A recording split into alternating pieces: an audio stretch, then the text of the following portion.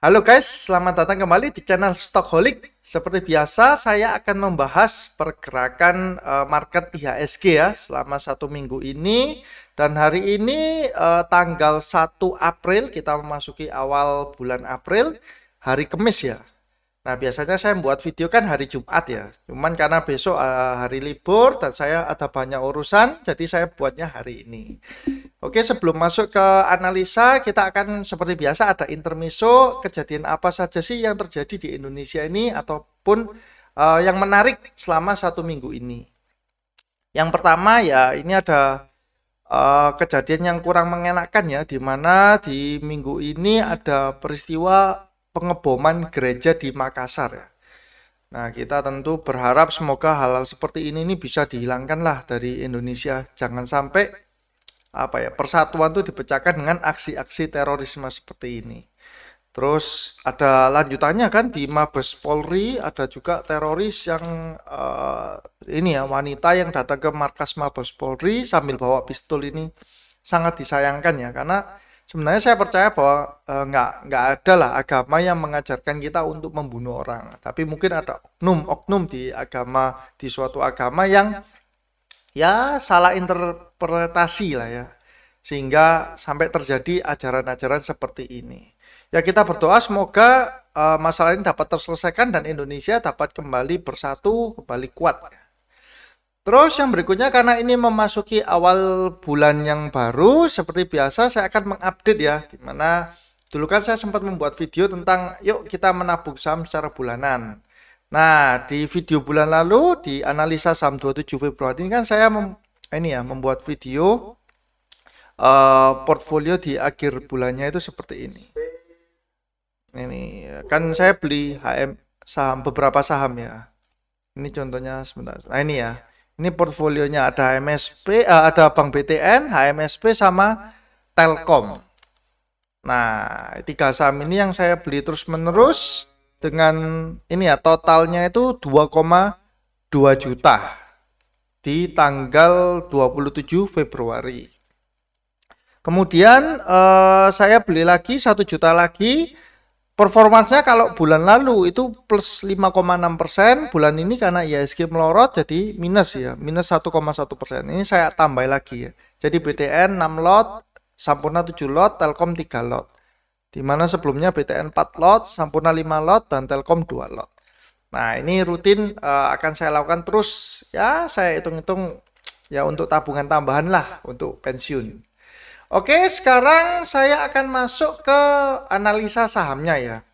Nah, IHSG minggu ini benar-benar menegangkan karena grafiknya kalau kita lihat ini ya turun cukup dalam, disertai beberapa faktor. Tentu ada faktor dari keluarnya asing ya, di mana asing terus-menerus keluar, dan juga ada kondisi dari Indonesia, yaitu BPJS Tenaga Jam Sostek itu mau mengurangi porsi sahamnya. Nah, ada beritanya juga ini ya, portfolio jam bla bla bla bla. Dulu kan sempat ada dibilangkan bahwa ini ada kasus skandal seperti Asabri Jiwasraya. Cuman kalau kita lihat isi portfolionya, sebenarnya di di BP Jam Sostek ini bagus gitu loh. Saham-sahamnya LQ45 ini kita bisa lihat ya. Ada Ali, Adro, Antam, Astra, BCA, BNI, BRI. Nah, ini kan notabene saham-saham big caps ya. Nah, mungkin ada sedikitnya nggak big caps ya, kayak Garuda yang lagi merugi. Cuman ini masih bisa ditolerir lah dibandingkan yang portfolionya Jiwasraya dan Asabri. Nah, dana kelolaan si BP Jam Sostek ini ada sekitar 50 triliunan kalau saya nggak salah ya. Di saham itu ada 50 triliunan. Dan kalau dia mau mengurangi, misalkan let's say dikurangi sekitar 10% lah, berarti dia akan membuang sekitar 5 triliun saham-sahamnya. Nah, kalau kita lihat dari portonya, kemungkinan besar yang bisa dibuang dengan jumlah segitu itu adalah saham-saham yang big cap, terutama kayak banking ya, BCA, BNI, BRI. Nah, ini kemungkinan yang bisa dia buang seperti itu. Kalau saham-saham yang seperti kayak ini ya, Krakatau Steel ini agak susah kalau dia mau buang dengan jumlah yang besar ya. Terus ini SIMP, nah terus TINS, nah Telkom masih bisa dia kalau mau buang. Terus ada konstruksi dia punya semua. Nah, ini menjadi salah satu faktor pemberat dari IHSG ya, di mana sempat turun, namun Di hari Kamis ini dia ditutupnya menguat ya. Ini kita bisa lihat grafiknya ini volatile banget ya. Sempat naik terus turun lebih tajam terus tiba-tiba closingnya diangkat naik. Untuk pergerakan asing sendiri, hari Kamis ini asing keluar hampir 1 triliun ya. Which is kalau kita akumulasikan selama seminggu asing keluarnya 2,3 triliun. Nah ini sudah sinyal ya, sinyal yang buruk bagi market di mana asing ini keluar terus-menerus terutama di big caps ya. Nah, terus untuk pergerakan harga coal batu bara sebenarnya masih cukup relatif stabil ya. Dia sekarang ada di angka 97.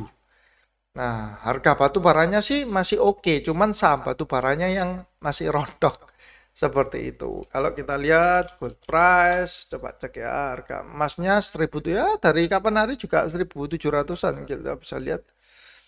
Nah, ini ya 1700-an sempat turun ya ke 1600-an.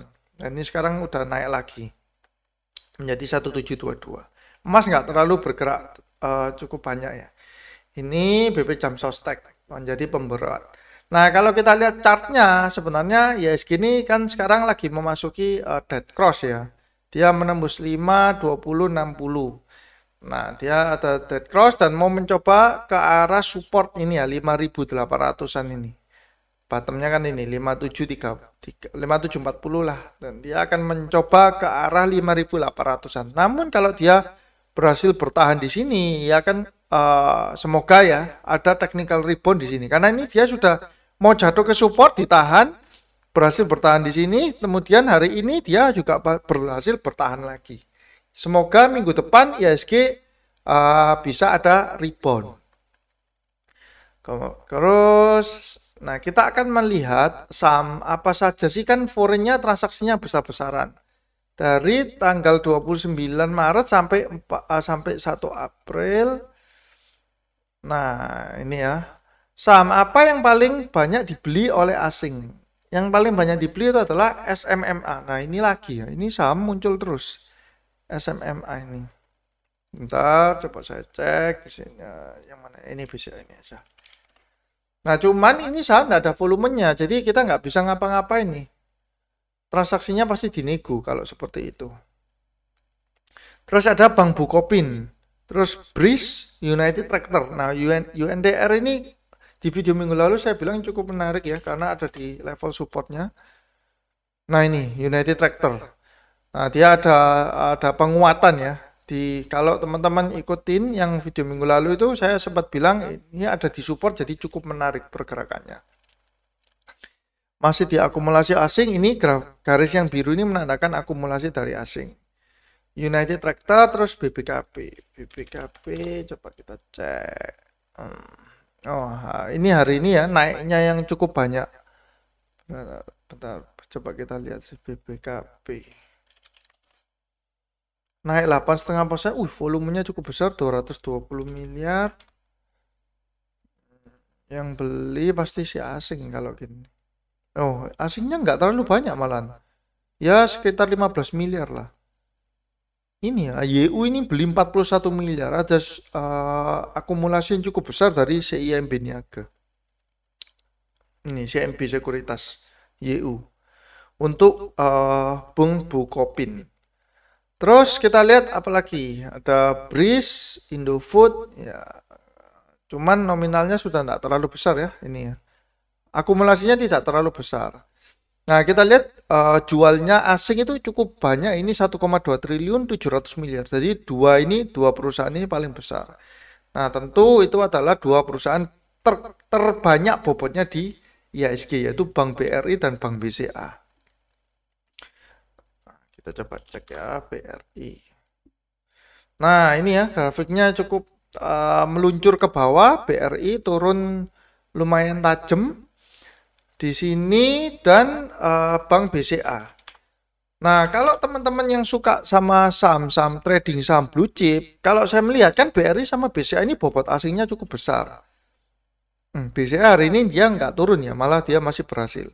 Nah, kalau teman-teman suka sama saham blue chip, kita bisa lihat dari sini ya, daily stock foreign untuk BRI.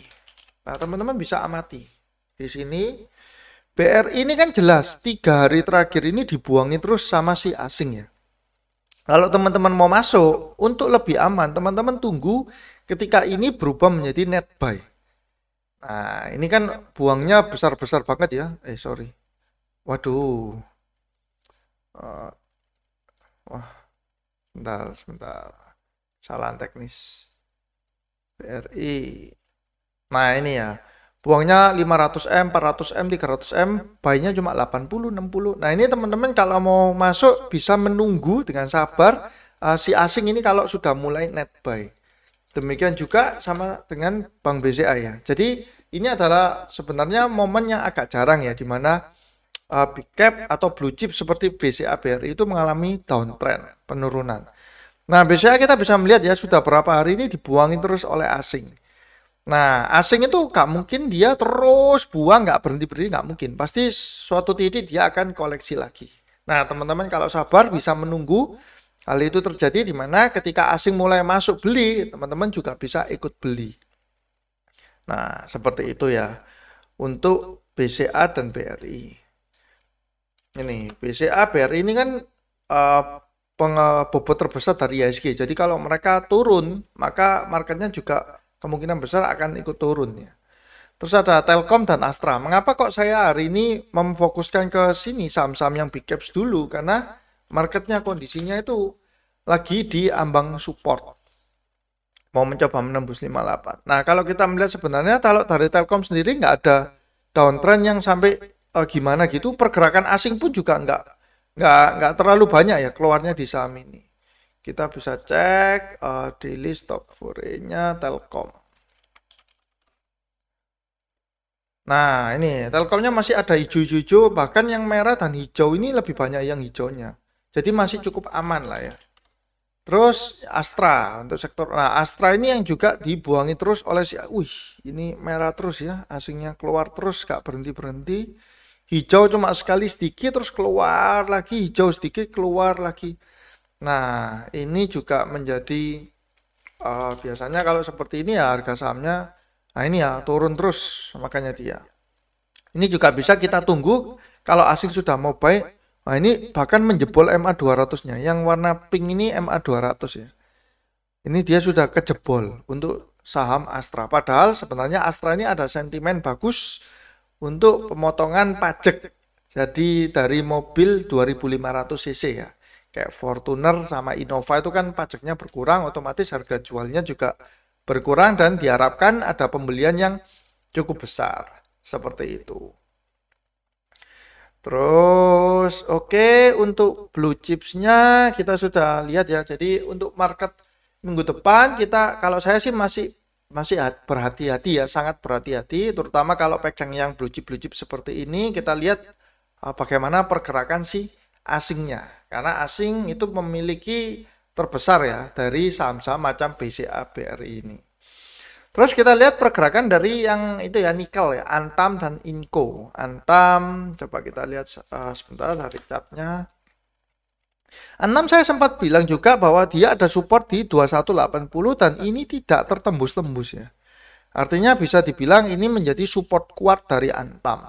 Kalau dia masih berhasil bertahan seperti ini, sebenarnya masih ada potensi dia untuk reverse trend ya. Jadi ya, berbalik arah untuk naik. Nah, dia akan mencoba menembus resistennya di 2440 ini terlebih dahulu untuk bisa melanjutkan uptrend. Kalau untuk yang Inco, nah Inco sama dia waktu itu ada di support minggu lalu videonya, kan saya bilang ada di level support, terus ya ada kenaikan. Nah, sekarang dia kembali lagi ke support pas di MA 200-nya ini ya, di daerah sekitar MA 200-nya ini. Kurang lebih grafik untuk saham-saham nikel sama. Kalau teman-teman mau spekulan buy di support bisa, cuman karena marketnya secara global, secara domestik itu kurang mendukung, jadi jangan terlalu banyak dulu lah untuk porsi tradingnya. Kemudian ini ya ada BRMS, di mana BRMS kan sudah come date ya, right issue, dan harganya ternyata sesudah right issue itu turun dan itu wajar. Kenapa? Karena kan orang yang megang di come date itu akan mendapatkan saham ini ya. R ini kan dia right issue-nya. akan mendapatkan saham REIT dan Waran. Nah, jadi harganya ambles ke level ini 70-an ini. Nah, terus sekarang ada di level 74. Cuman kalau kita perhatikan sebenarnya untuk harga REIT-nya dia sekarang ada di 15. Kalau seingat saya harga tebus BRMS itu 70. Bentar ya, saya coba cari. Harga tebus REIT issue BRMS. Nah, ini ya 70 per lembar saham. Nah, jadi artinya kalau REIT-nya ini BRMSR itu ada di harga 15 ditambah dengan 70, seharusnya induknya itu harganya ada di angka 85. Kurang lebih perhitungan gampangnya seperti itu. Itu kalau kita tidak menghitung dengan yang porsi warannya ya, karena waran kan masih lama sekali jatuh temponya. Nah, jadi kalau misalkan saham REIT-nya ini berhasil bertahan, maka ada potensi si BRMS induknya ini juga akan naik mengikuti pergerakan saham REIT-nya ini. Ini dia opening di harga 12, sempat menyentuh 25 ya, naik 100%. Terus ternyata di closing di 15. Kalau ini nggak usah dianggap karena kan dia ngitungnya previousnya 3.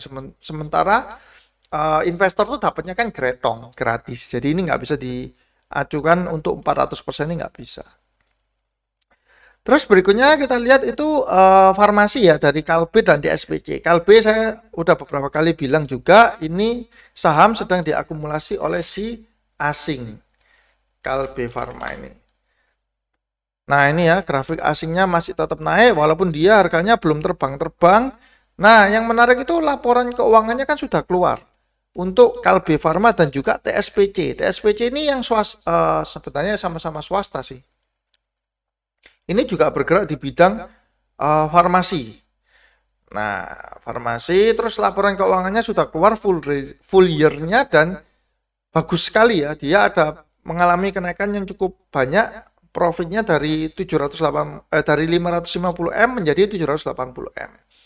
Di mana operating profitnya juga naik sekitar 200M. Jadi ini perusahaan yang sehat sekali, sangat sehat lah. Dengan book value yang 1 kali, PE ratio 8,6, fundamental it's a good company.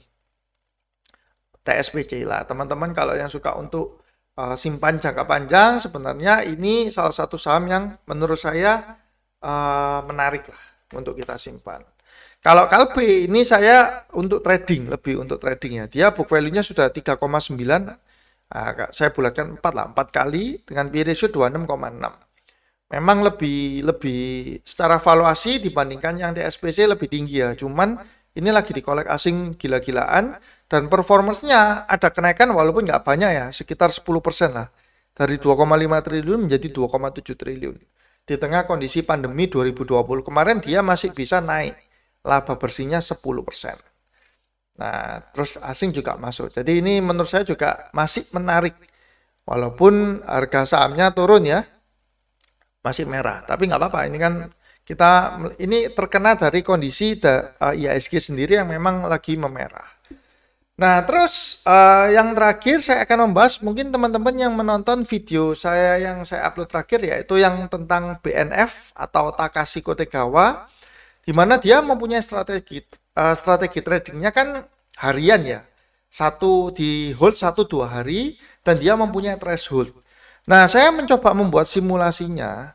Ini ya, dia kan pakai simple moving average 25, terus dia punya threshold berapa persen, ini menjadi buy range-nya. Contohnya kalau SMA 25-nya 1000 harganya, threshold-nya 20%, maka akan dibeli di harga 800. Nah, setiap emiten kan punya threshold sendiri-sendiri, menurut statistik dia ya.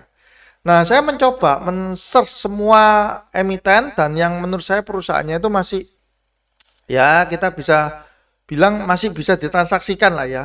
Walaupun ada yang ARB, ini adalah saham-saham yang punya threshold-nya itu cukup tinggi. Ini ada BNBA yang 42%. Jadi SMA 25-nya ada di 2621, harga terakhirnya itu di 1520. Ini kalau teman-teman mau lihat ya. Cuman ini pure saya masih dalam tahap menganalisa ya, meresearch dari metodologi si BNF itu. Nah, ini dia kan ARB terus menerus ya. Otomatis maka, nah yang garis putus-putus ini adalah SMA 25-nya. Ini saya coba meniru si BNF itu. Jadi ini SMA 25-nya, terus saya compare dengan harga terakhirnya.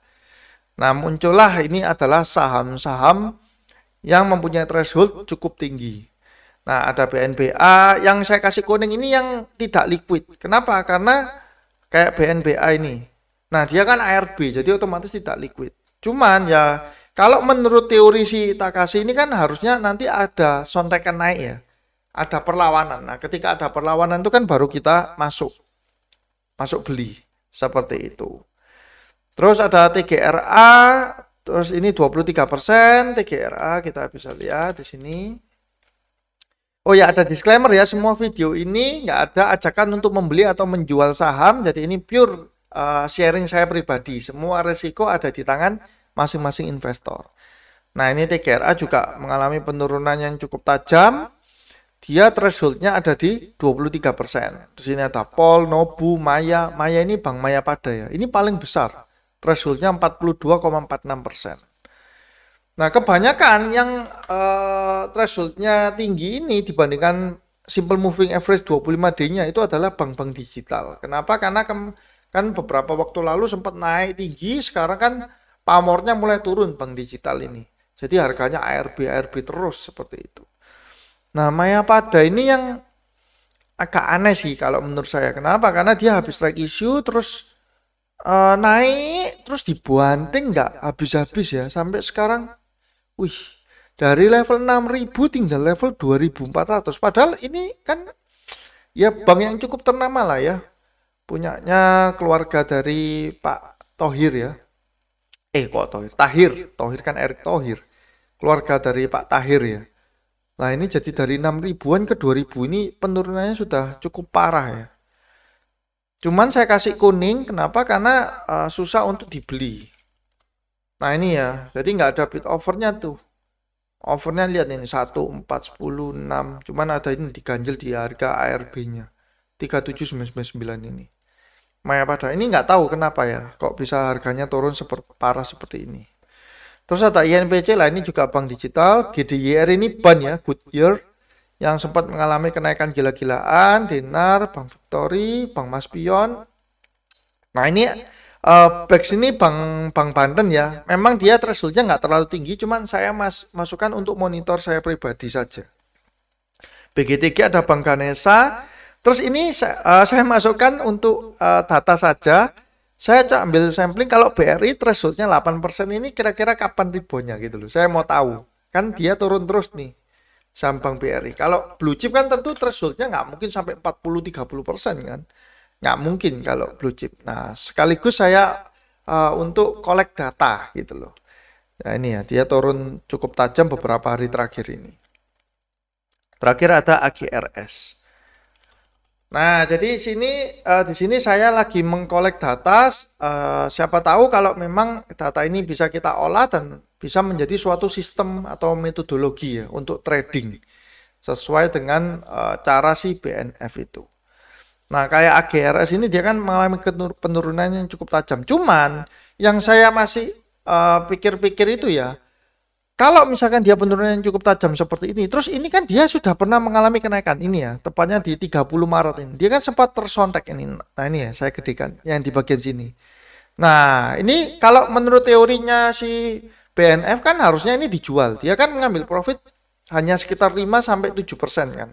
Nah, ini dijual. Apakah kalau ini dijual terus turun ini masih kita tetap perhatikan atau enggak? Nah, atau harus menunggu saham yang benar-benar seperti BNBA ini.